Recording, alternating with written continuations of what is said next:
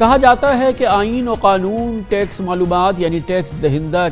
کی معلومات کے تحفظ کی ضمانت دیتا ہے۔ ایف بی آر کسی بھی شخص کے ٹیکس گوشواروں اور اثاثوں کی تفصیلات کی پریویسی کا ضامن ہے، لیکن ملک میں کھلے عام ٹیکس گوشواروں اور اثاثوں کی قانونی رازداری پامال ہونے کے واقعات سامنے آتے ہیں۔ پچھلے سال اگست میں سائبر حملے کی وجہ سے تقریباً ایک ہفتے تک ایف بی آر کا پورا سسٹم ہیک رہا، جبکہ کہا جاتا ہے کہ ایف بی آر میں ٹیکس دستاویزات کی خرید و فروخت بھی معمول کا عمل ہے۔ اہم بات یہ ہے کہ پاکستان میں ٹیکس ریکارڈ کی پریویسی میں اگر آرمی چیف کے خاندان کو بھی تحفظ نہیں تو ایک عام پاکستانی کو تو بس اللہ ہی حافظ ہے۔ ٹیکس آرڈیننس 2001 کے سیکشن 198 کے تحت اگر ایف بی آر کا کوئی اہلکار قانون کی خلاف ورزی کرتے ہوئے کسی کے ٹیکس ریکارڈ کی تفصیل کو ظاہر کرتا ہے تو جرم ثابت ہونے پر اس کو 5 لاکھ روپے جرمانہ اور 1 سال کی قید بھی ہو سکتی ہے۔ لیکن حیران کن بات یہ ہے کہ ناظرہ اور نیب کو ٹیکس ریکارڈ تک رسائی دینے کے لیے پچھلے سال سپٹمبر میں یہ سیکشن انکم ٹیکس قانون سے حذف کر دی گئی تھی۔ بہرحال پھر بھی وزارت خزانہ جنرل قمر جاوید باجوہ کے خاندان کا ٹیکس ڈیٹا،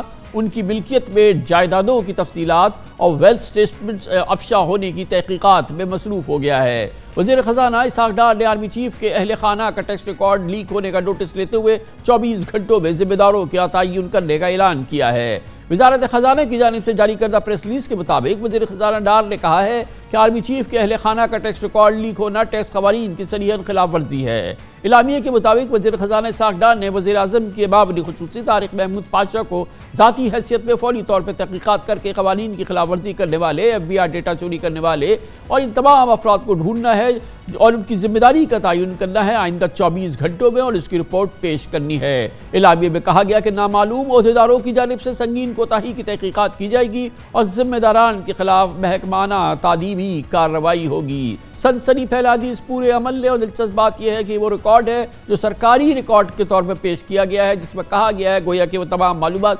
سرکاری طور پر جنرل باجوہ کے خاندان نے اس کو فراہم کی تھی اور جس کی تصدیق خود یہ خبر کرتی ہے۔ لیکن بہرحال یہ پوری صورتحال، اس کا سب سے اہم موضوع یہ ہے کہ کیا پاکستان میں ٹیکس دہندہ